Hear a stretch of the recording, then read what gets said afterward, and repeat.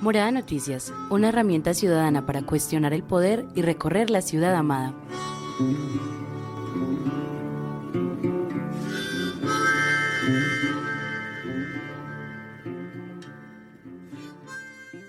En 13 días de protestas, el proceso social de garantías para la labor de líderes, lideresas, defensoras y defensores de derechos humanos, el nodo Antioquia de la Coordinación Colombia-Europa-Estados Unidos, la campaña Defender la libertad es asunto de todas y la campaña No más derechos vulnerados por los uniformados registraron en Antioquia 1.271 casos de agresión relacionadas con el derecho a la protesta. Bienvenidas, bienvenides y bienvenidos a la emisión de Morada Noticias de este miércoles 12 de mayo de 2021, el noticiero de las voces soñadoras que hacemos desde San Javier, la Comuna 13 de Medellín, y en el que mostramos los diferentes ángulos del paro nacional. Yo soy Ana Cristina Marino y saludo a mi colocutora, la editora de Ciudad, Joelis Ávila. Hola Joe, bienvenida. Hola Cris, ¿cómo vas? Un saludo para todo el equipo de trabajo que hace posible este Noti. Hola, editoras y editores de Ciudad, y hola, mis queridos oyentes. En Poder, Alejandra Colorado nos cuenta qué pasó y en qué quedó la reunión entre el Comité del Paro y el Gobierno Nacional, ya que esta era para negociar el levantamiento del paro nacional que ya lleva 15 días en pie de lucha. Además, normalmente se escucharía que la sección que sigue es Habitar, pero hoy traemos un segundo tema de poder. Hablamos de cuánta confianza tienen las personas frente a la fuerza pública en la voz de nuestra reportera Yurani Alzate. Cris, ¿qué más tenemos para hoy? Joe, hoy Camila Uribe de Casa de las Estrategias llega con su columna Conexión Académica y en ella nos hablará de la reforma a la policía. Y en Placer les contaremos de un emprendimiento muy bacano que trata de enseñarle a niñas y niños inglés de una manera parchada y distinta, mediante el teatro, en la voz de David Pareja. Esto es Morada Noticias. Jason, hola, contanos qué hay en la cartelera de hoy. Ah, caray, eso sí me interesa, ¿eh? Hey, buenas. Yo soy Jason Agudelo y he aquí con ustedes la cartelera que todos estábamos esperando. La cartelera del Noti que no tiene miedo de decirle a nadie cuántos pares son tres moscas. ¡Sí, señora! Hoy es miércoles y por ser mitad de semana nos huele a lunes, pero también a viernes. Esto es Morada Noticias y nuestra cartelera inicia así. Moradores. A veces me pongo poético y romántico y contemplo mis alrededores, mi ciudad, y pienso: qué bello sería poder ejercer nuestro derecho a manifestarnos pacíficamente sin sufrir por reclamar. Pues mis panas, les cuento que el día de ayer, nuestra reportera estrella Yurani Alzate estuvo en un encuentro con el señor gobernador de Antioquia, Luis Fernando Suárez. Sí, parceros, así como lo escucharon. El MEN conversó con juventudes defensoras de derechos humanos, integrantes de medios de comunicación alternativos y gestores culturales. Escuchó sus sugerencias y peticiones con respecto a lo vivido en las manifestaciones del paro nacional. Pero bueno, la cosa es que nuestro GOP se comprometió a tener más defensores de derechos humanos para proteger el derecho a la manifestación de todos, a estar en las asambleas populares y a generar más espacios del diálogo, huevón. Esperamos que sí cumpla y no nos deje como los estudiantes a los que los personeros les prometieron piscinas en los colegios. Y hey, Gob, no se me sonroje, que desde Morada Noticias le estaremos echando un ojito. Neas, un libro muy famoso dice: los sucesos del presente ya ocurrieron en el pasado y lo que sucederá en el futuro ya ocurrió antes. Las mismas cosas se repiten una y otra vez. Y Gerardo Caetano dijo que los que creen en el deporte no tienen nada que ver con la política, o no saben nada de deporte o no saben nada de política. ¿Y saben qué pienso? Que en Colombia se busca desviar el foco de la protesta social hacia el espectáculo deportivo. Y claramente en el país del Sagrado Corazón nos vamos muy a pecho estas citas. Panas, miren que en los 15 días que van del paro nacional hay más de 40 personas asesinadas, entre ellos Lucas Villa, un estudiante de la ciudad de Pereira, Risaralda. Pillen que hoy, con un nuevo día de marchas, hay muchos jóvenes en riesgo de sufrir el mismo destino que Lucas. Pero neas, ¿saben qué? La prensa internacional tiene los ojos puestos en un partido de la Copa Libertadores, porque hoy, a las 9 de la noche, Atlético Nacional jugará contra su homónimo uruguayo. Pues, súper casual, no es como que en Colombia se busque desviar el foco de la protesta social haciendo un espectáculo deportivo. No, para nada. Pero eso nos sorprende. Nope, no nos sorprende. No es la primera vez que algo así sucede en Colombia con P mayúscula. Pillen que hace 35 años, mientras el M-19 se tomó el Palacio de Justicia, 98 personas perdieron la vida en uno de los hechos violentos de nuestra historia, cuando el ejército intentaba recuperar el palacio a punta de balas y tanquetas. Mientras tanto, el expresi Belisario Betancur y su ministra de Comunicaciones, Noemí Sanín, ordenaron que por Televisión Nacional pasaran el partido Millonarios versus Unión Magdalena. Parceras, parceros, ¿será que Colombia en serio está condenada a repetir su historia una y otra vez al igual que la de América Latina? Actualmente, el subpresidente Iván Duque contempla realizar la Copa América en Colombia, con una inversión de 12 millones de pesos. ¡Oído pueblo! Con eso, alcanzaría para una renta básica de un salario mínimo para 1.100 familias durante un año. El fútbol, el deporte más popular y con más seguidores en el mundo, no puede servir para silenciar la atención del planeta sobre la crisis colombiana. Y no se preocupen, porque amis, desde Morada Noticias haremos un cubrimiento más amplio sobre este tema. ¡Chau, chau! ¡Qué buen servicio!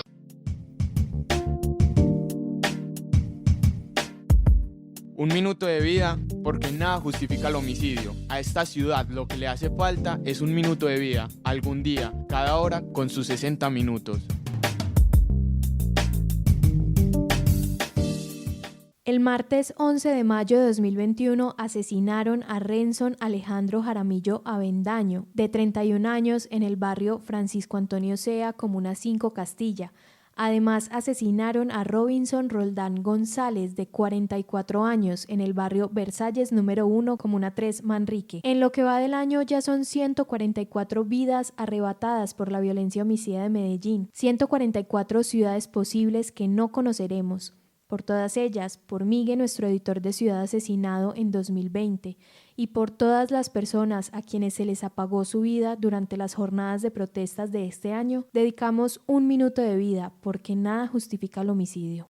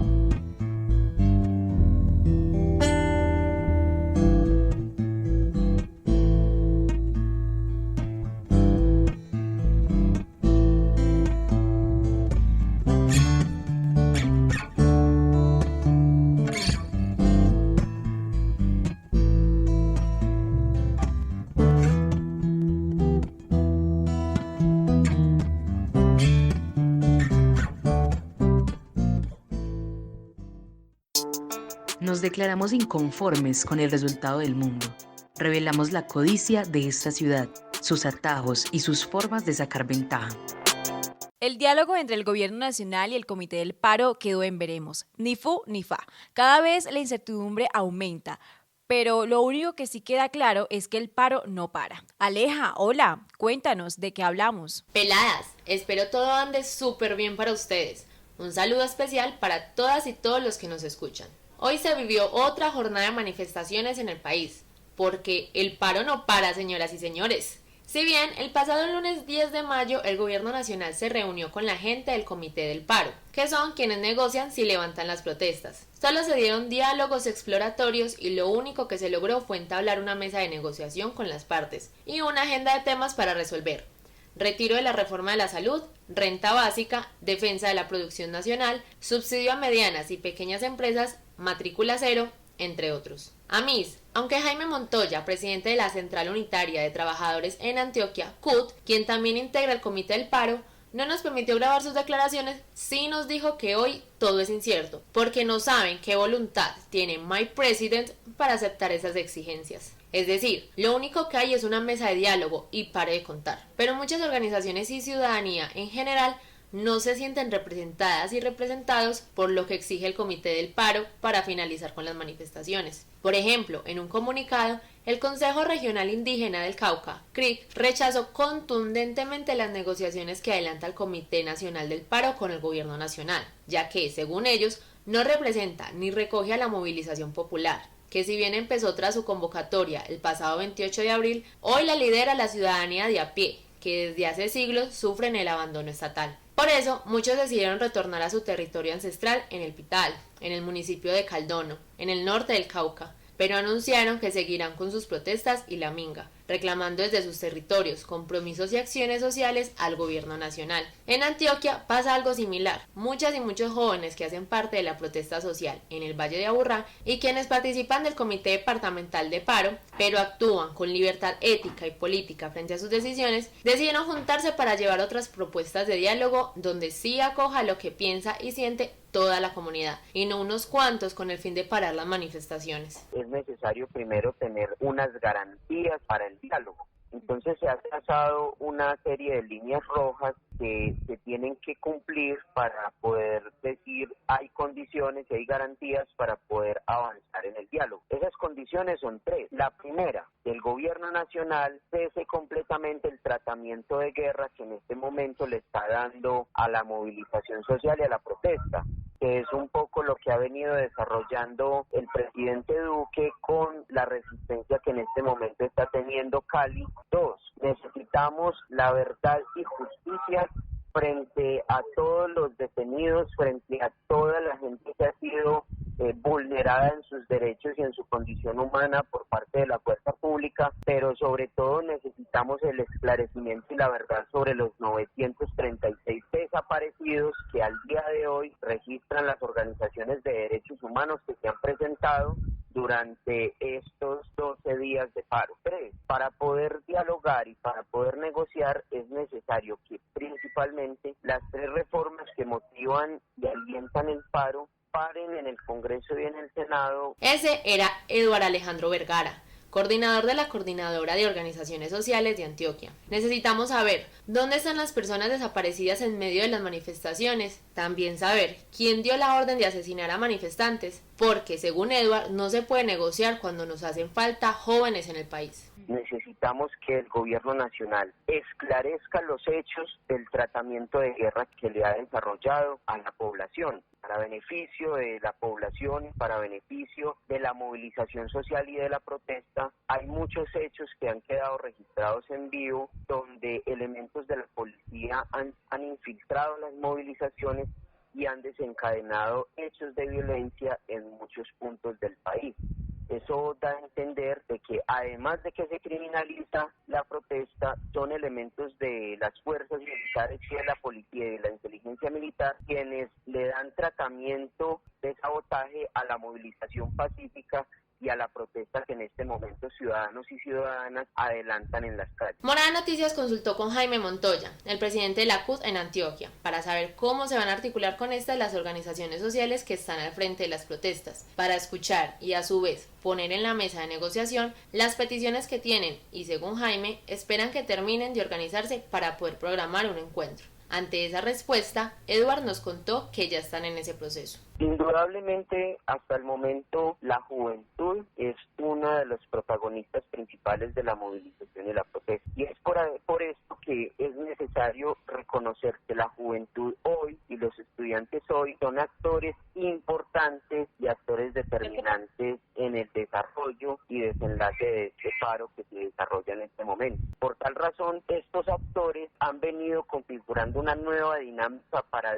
vincularse en el debate nacional, y esa dinámica han sido las asambleas populares que se vienen adelantando en este momento en muchos territorios del país, recogiendo las múltiples expresiones de inconformidad. En el momento en que se construyan las confianzas para un diálogo con el gobierno nacional, van a entrar con sus propias reivindicaciones y con sus propios elementos de pliego a configurar esos reclamos, esas insatisfacciones y esas necesidades que tienen también como sector social. Asambleas populares en el Valle de Aburrá. sí, moradoras y moradores. De esa manera se organizan hoy las juventudes. Para las y los que no sepan qué es una asamblea popular, les cuento. Eso es una reunión local de ciudadanos y ciudadanas que tratan asuntos importantes para su comunidad. Ejemplo, Castilla se reúne, Manrique también, Robledo, y luego juntan las peticiones y las presentan a las y los que están negociando. Y si no los escuchan, el paro no para, dicen, porque hoy la manifestación social es de las y los jóvenes y de las ciudadanas y ciudadanos, que les duele el país y que no van a vender el paro si no se les dan garantías, les cumplen derechos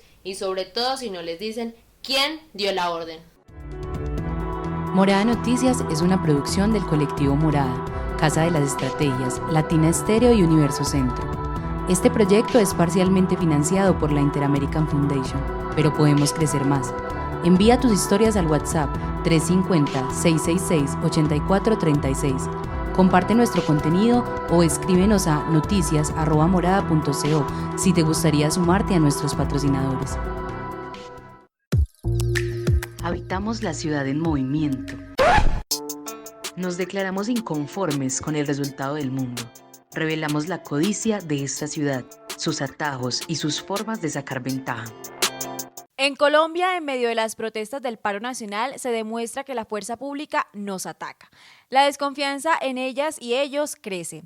¿Será que eso es nuevo? Yura, cuéntanos, ¿de qué hablamos? La confianza que le tengo a los policías es nula. No me generan confianza, no me generan empatía. Trato de no socializar mucho con ellos. Me sentiría más seguro siendo judío en Alemania en la Segunda Guerra Mundial que con los tombos de aquí de Colombia. Se siente más inseguridad con la policía que con cualquier otra persona. Y no me siento seguro con los policías, ya que estas situaciones que se han habido presentando últimamente y durante muchos años, esos abusos de autoridad han hecho que nosotros como ciudadanos y como jóvenes perdamos la confianza en toda la institución. No me siento segura. Gracias a todo el historial de cosas que han pasado alrededor de los años e incluso con los últimos días, siento más temor por lo que me puedan decir o hacer. Entonces, la verdad, no. Yo no me siento segura con la policía. Sinceramente, aunque digan que es para protegernos, realmente creo que le tengo el mismo miedo que a un ladrón.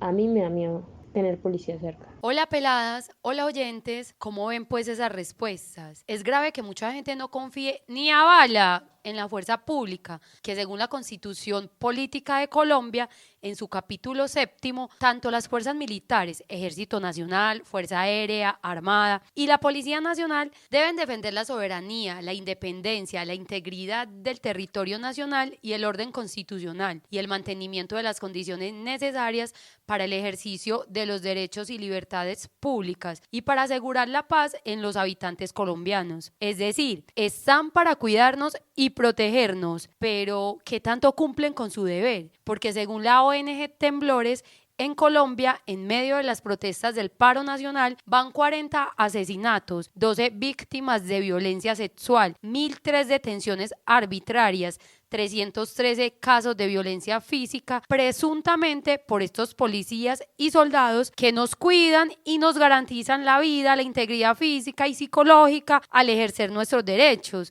en ese caso el derecho a la protesta. Entonces, ¿cómo confiar en esa gente cuando las organizaciones de derechos humanos denuncian los actos tan inhumanos que ejercen en contra de la sociedad civil? Para Daniel Yepes, politólogo, profe de la UDA, magíster en ciencias políticas, con doctorado en filosofía y miembro del Observatorio en Movimiento, la desconfianza y los atropellos de esa institución no es solo de ahora. La represión, los asesinatos, el maltrato, la unión con los paramilitares es algo que viene desde hace años. Escuchemos. Aparece esa noción de la contrainsurgencia, que ellos lo denominaban doctrina de seguridad nacional, pero que consistía en identificar un enemigo interno de los estados, cambiaba totalmente la noción de las fuerzas militares. Y es que las fuerzas militares ya no estaban para defender la nación de un enemigo externo que atentara contra la soberanía, sino que el enemigo estaba precisamente dentro del país.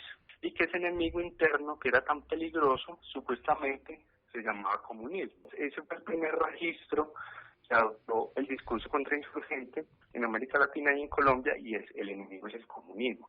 Después de eso adoptará muchos otros registros, como lo sabemos, la guerra contra el narcotráfico, la guerra contra el terrorismo, luego entonces el narcoterrorismo, y más adelante, a partir de 2017-2018, se hablará más de vándalos, y hoy en día se está tratando de acuñar un neologismo que es el de vándalo-terrorismo. Ahí se le puede ir siguiendo la pista a esas definiciones y a esos estigmas que se van construyendo del enemigo social y el enemigo interno, ¿sí? Pero eso está ligado, por supuesto, a ese discurso del que me estoy refiriendo, que se llama contrainsurgente y que ellos lo llaman de seguridad nacional. Nos ven como enemigos. La fuerza pública nos ve como enemigos por pensar diferentes, por ser estudiantes, trabajadores, líderes y en general ciudadanía que no se calla, que denuncia, que exige derechos y no es solo de ahora. Por ejemplo, en 1978, el gobierno de Julio César Turbay Ayala será recordado como el pico más alto de un proceso de uso continuo del régimen de estado de sitio.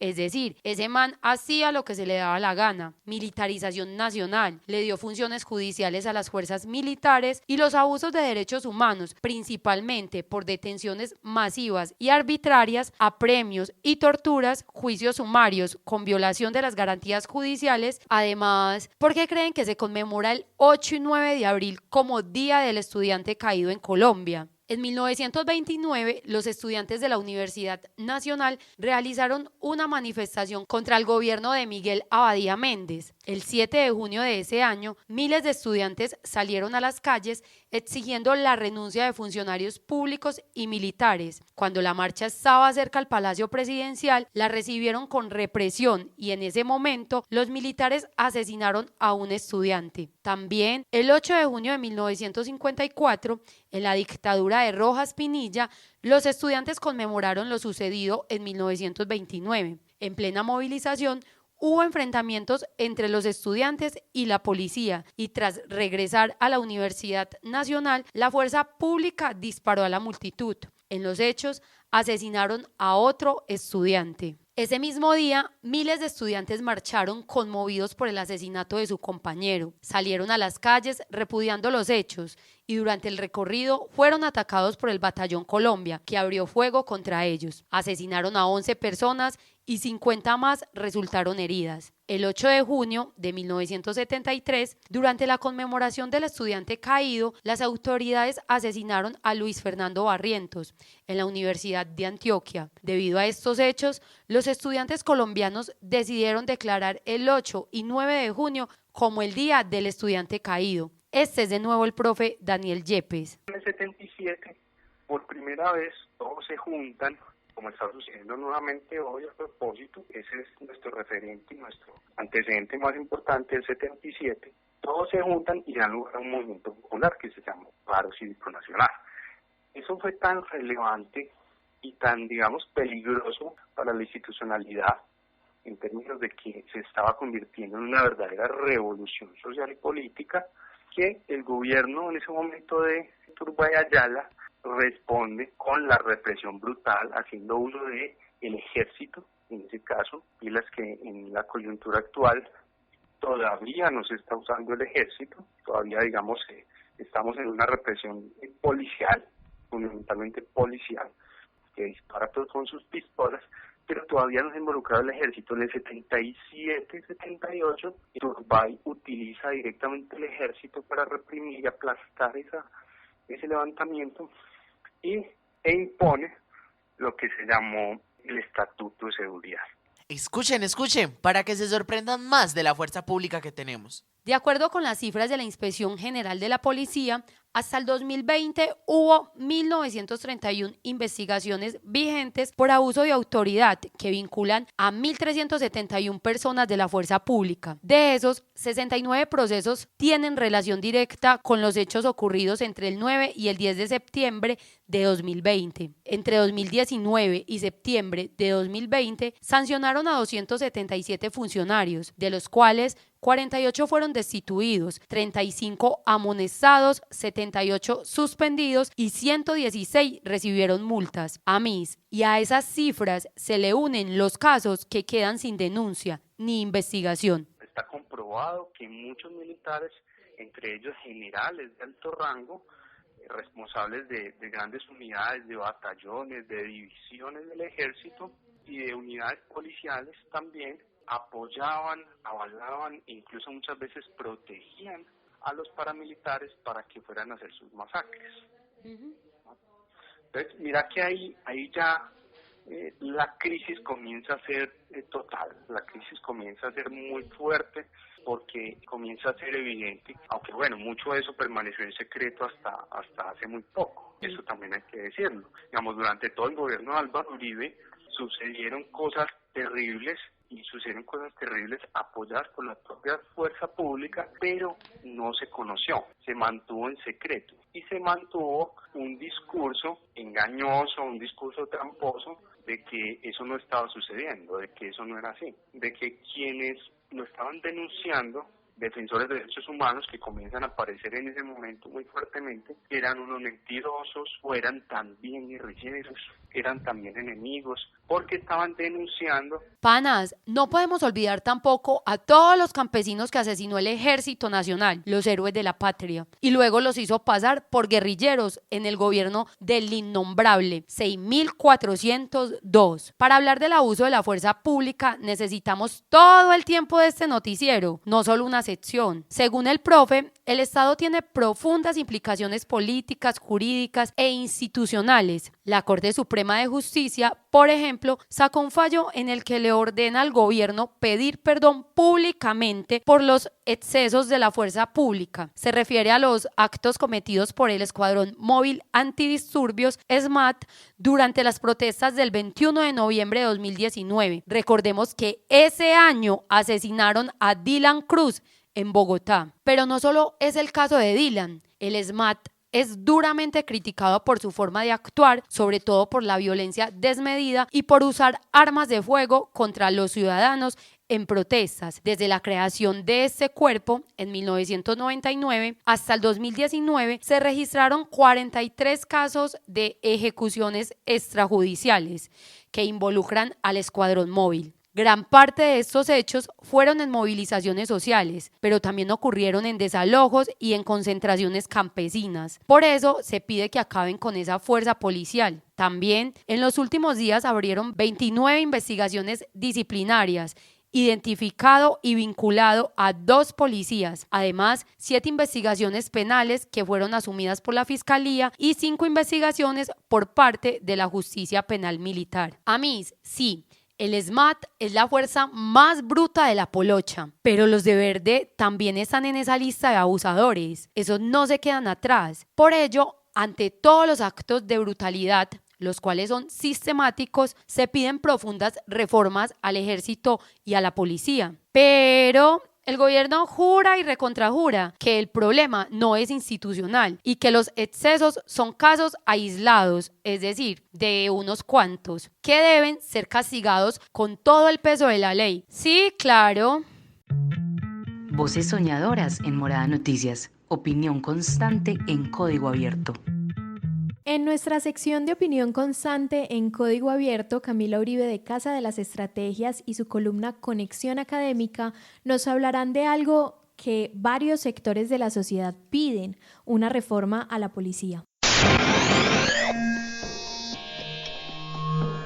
Conexión Académica. La mirada de Casa de las Estrategias sobre investigación, mediciones, teorías y centros de estudios. Con la dirección de Camila Uribe. Oigan, ¿qué hacemos con la policía después de todos estos desastres? Pues reformarla. Desde Casa de las Estrategias le hemos estado pensando desde hace varios añitos a este tema y pues en esta crisis que se ha causado por la represión en las marchas que iniciaron el 28 de abril, se hace más necesario repensar profundamente a esa institución. Y como decía yo la semana pasada en esta misma columna, pues eso es un proceso largo en el que la policía especialmente debe tener mucha paciencia, pero es importante empezar ya. Lo primero es el contexto que conocemos. Desde hace un par de años las protestas han estado permeadas por la represión policial, que es evidente en los numerosos casos de violencia ya documentados y contabilizados en su mayoría, el trato humillante que hacen a los protestantes, los problemas en los procedimientos de retención y captura, también los casos de abuso sexual por parte de policías y pues lo más grave, los homicidios a manos de la fuerza pública. Lo importante de entender es que no son casos aislados, ni tampoco es un tema de manzanas podridas como lo ha tratado la policía en los diferentes escándalos que ha habido en los últimos años. La represión y también la falta de vocación de los policías y de su preparación es un asunto estructural. La represión ha sido una apuesta de la policía en estas marchas, y sobre todo de los jefes de los policías que saben quién son, pues los políticos. Y esa represión ha sido la apuesta para que las marchas se contengan, pero es que esto no funciona así y no puede funcionar así. Además, aunque hay muchas solicitudes de todos esos protestantes, en su mayoría jóvenes, en Medellín, que es por lo menos lo que hemos podido analizar nosotros, hay 2 puntos bastante centrales que vale la pena analizar y son, primero, precisamente la no represión, el pedido de la no represión y segundo, la no corrupción. Y esto es en la policía, en las marchas y en la clase política que gobierna. Estamos pidiendo no represión y no corrupción. Con esta crisis, que es evidente hace un año largo y que se agrava con la situación actual, nos hemos pensado con universidades, organizaciones sociales y empresarios ideas centrales que debe tener una reforma policial en Colombia. Y aquí les voy a presentar las 6 principales, que además no solamente están pensando en el tema de las protestas, sino en el ejercicio cotidiano barrial de los policías. La primera, controles de la ciudadanía en la elección de los comandantes de policía, pudiendo ver hojas de vida, entendiendo qué sanciones han tenido y qué evaluaciones han tenido previas y poder evaluar esto en cada una de las estaciones. Segundo, un tema de transparencia absoluto, poder tener datos libres a los que la ciudadanía tenga acceso sobre indicadores de abuso de fuerza y cómo van los trámites de las quejas de violencia y agresiones. Tercero, la definición del Plan Nacional de Vigilancia Comunitaria por cuadrantes, que sea un plan en el que parcialmente se pueda hacer de forma participativa y desde cada contexto. Cuarto, resurgimiento de la policía comunitaria, una policía comunitaria de verdad, que tenga un diseño con participación de la ciudadanía y de las universidades. Quinto, mejorar las formas de denuncia a la policía para que realmente puedan ser completamente seguras y generen confianza cuando uno va a denunciar. Sexto, generar más mecanismos de suspensión, de destitución y de vigilancia de la policía desde el Ministerio Público. Ahí está, pues una cosa que nos está haciendo falta mucho en estos días que estuviera y es vigilancia, controles, ser parte de la elección de los policías y de los comandantes y una policía realmente comunitaria. No cambiaremos la culpa por el gozo. Morada Noticias reivindica el derecho al ocio, al olvido y el placer. El teatro y el inglés juntos, ¿qué? Pues sí, esto es posible gracias a la gran imaginación y amor por la pedagogía, el arte y en especial el teatro de Laura Acosta Suárez. David Pareja, hola, contanos. Hola Anita, hola Joe, ¿qué más de la vida? Espero que todas y todos los oyentes de este hermoso medio radial estén muy bien y reciban un abrazo súper grande y me alegra que puedan escuchar este programa emitido desde la cabina de Morada Noticias. Hoy en Placer queremos contarles algo muy bacano. ¿Sabías que un niño puede aprender un idioma desde los 4 años como si fuera su lengua nativa? Pues sí. Según Al-Subla English School, o sea, la escuela de inglés Al-Subia, es bueno que las y los niños empiecen a estudiar desde temprana edad un idioma que se utiliza en más del 60% del mundo. ¿Y vos te imaginas trabajando en algo que te gusta y además enseñes de una manera parchada? Pues amigas y amigos, escuchen con atención porque una pelada súper talentosa y toda parchada de la ciudad que ama el teatro y los idiomas se puso la 10 y dicta clases de teatro en inglés para para niñas y niños. Este es un emprendimiento de Laura Acosta Suárez,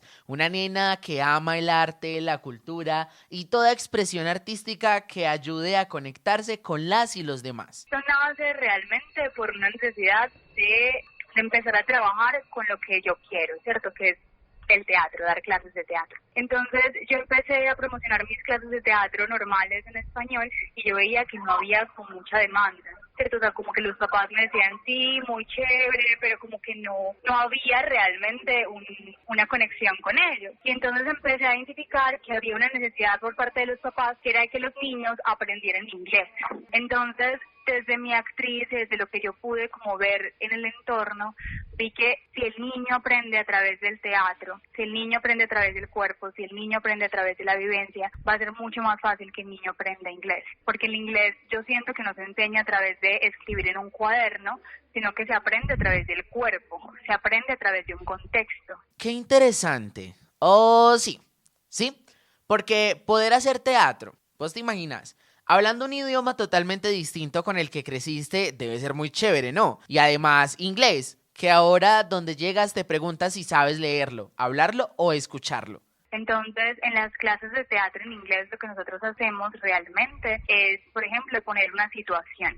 Entonces, estamos en el mall o estamos en un restaurante y en ese restaurante y en ese mall empiezan a pasar cosas, ¿cierto? Entonces, introducimos vocabulario, introducimos diálogos, introducimos gramática, pero una gramática que es activa. Entonces, yo siento que como el híbrido entre esas dos cosas que a mí me gustan y viendo las necesidades de los papás y de los niños, me lancé a hacer eso y siento que he tenido muy buena acogida por parte de los papás, ¿cierto? O sea, respondiendo a las necesidades de ellos que quieren que los niños hablen inglés y respondiendo a las necesidades de los niños que quieren jugar, porque es lo que ellos naturalmente hacen todo el tiempo. Entonces, en las clases yo me he dado cuenta que a medida que los niños juegan y se divierten y empiezan a vivir el inglés desde un contexto, aprenden sin darse cuenta.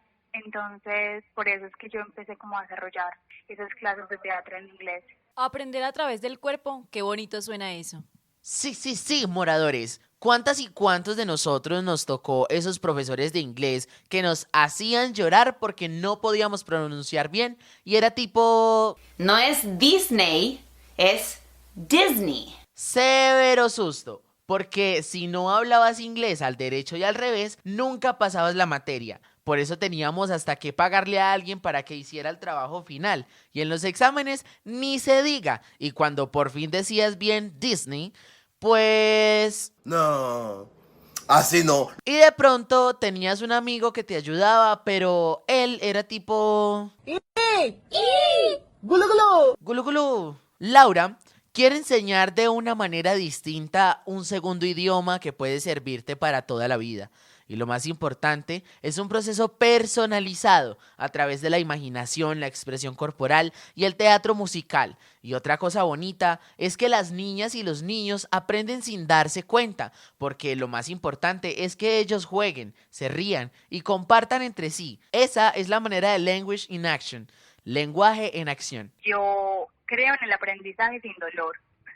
O sea, yo creo en el aprendizaje sin dolor, ¿cierto? O sea, cuando yo voy a la casa de un niño que está con miedo de que no va a decir las cosas bien, de que está con miedo de que él no sabe, y yo le pregunto algo y él no sabe, cuando yo voy a la casa de un niño y veo ese tipo de cosas, lo que yo empiezo a hacer, más allá de que él me responda una estructura, es soltarlo, ¿cierto? Entonces ponemos, por ejemplo, canciones en inglés, vemos videos que a él le gustan en inglés, o sea, que él realmente se enamore del idioma y que lo pueda utilizar para algo, o sea, que les sea útil, que les sea práctico. Yo siento que el aprendizaje sin dolor tiene que ver con un hecho de que, ¿por qué estoy aprendiendo esto más allá de que mis papás quieren que yo aprenda? ¿Cierto? O sea, ¿por qué lo estoy aprendiendo yo como niño? ¿Para qué lo voy a utilizar? ¿Cierto? Porque además los niños no están hablando en inglés en la casa ni en el colegio. Entonces, ¿cuál es el objetivo útil de que ellos aprendan inglés? Entonces, lo buscamos. Por ejemplo, con un niño, el objetivo útil, que a él le encanta el soccer, entonces le gusta ver partidos de fútbol en inglés. Entonces, ese es el objetivo útil de él. Para Laura, todo es jugar con la niña o el niño y desde esa motivación llegar el aprendizaje y no como a muchas y muchos nos educaron con ese dicho dizque la letra con sangre entra. ¿Qué va, hombre? Laura nos dice que es muy necesario enseñar y aprender desde el amor. Y para culminar, mis queridas y queridos, si te interesa ser parte de esta bacanería de emprendimiento, solo debes buscar en el Instagram @language.inaction. Te lo voy a deletrear, mi querido. @LANG de gato, UA, G de gato, .inaction. O también te puedes comunicar al siguiente número, corre y lo copias, 310-713-2230, 310-713-2230. Chao, chao. Moradoras y moradores, gracias por escucharnos, por hacer parte de la familia morada. Recuerden que nuestros micrófonos siempre están abiertos para ustedes y para los temas que quieren que investiguemos. Nos pueden escribir al 350-666-8436. También les recordamos que esta emisión la convertimos en un podcast que subimos a nuestras plataformas. Nos encontramos como Morada Noticias en Twitter y en Spotify, en YouTube como Morada Estéreo, en Facebook como Morada Medellín y en TikTok como Morada Med 1. Feliz resto de día, nos escuchamos mañana y les dejamos con la canción del día, 2009 de Gil Bill. Chao, chao. Esta es la canción del día, patrocinada por Ciudad Frecuencia.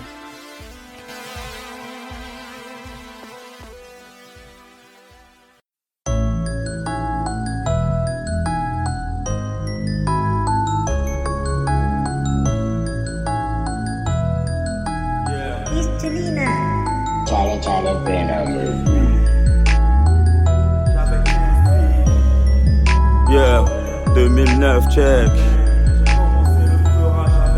Bye bye bye. Hey. J'ai commencé le peurage avec 15 piges. En troisième dimension, j'avais la dalle, demande à Blacky. On a fait équipe avec mes cavales, le crew n'a pas pris. Mais le succès d'estime, on se demandait si le public pièce de bif. J'avais pas réussi, j'y croyais fort. Collectif, j'avais ça, m'affaiblir, t'avais tort. J'étais la rampe, ça savait pas rien. J'ai la même s'ils voulaient pas. On a fait du chemin pour la mif. Eurodo, on voulait faire du chiffre. Bye bye bye. Dans la street, personne ne m'a alerté. Hors la loi, j'étais encore type. Trop de fois, les condés m'ont alerté. Plan de trafic, sauf qui peut. J'ai fait les 100 pas qui le sent pas. Pour la mi farine et Sylpha. Récupérant le premier clip, je féroce. Je me voyais déjà famous. Sur la route, j'ai fait un accident. Pour la zig, j'aimais tant. Tant de hits, demande à 6 flammes. Noyé ma peine, cheveux Rulwan. Des va-et-vient, Big Thug, Zizi Gang. L'équipe est soudée, maintenant c'est le Bresson Gang. J'ai connu des faux et des traîtres. Niquer leur mère comme ça qu'on les traite. Yes de bif, j'avais pas réussi, j'y croyais fort. Collectif, j'avais ça, m'affaiblir, t'avais tort. J'étais la rampe, ça savait pas rien. J'ai la même s'ils voulaient pas. On a fait du chemin pour la mif. Eurodo, on voulait faire du chiffre. Bye bye bye. Yeah. Gilly Billy Gucci Baby 513, tu connais.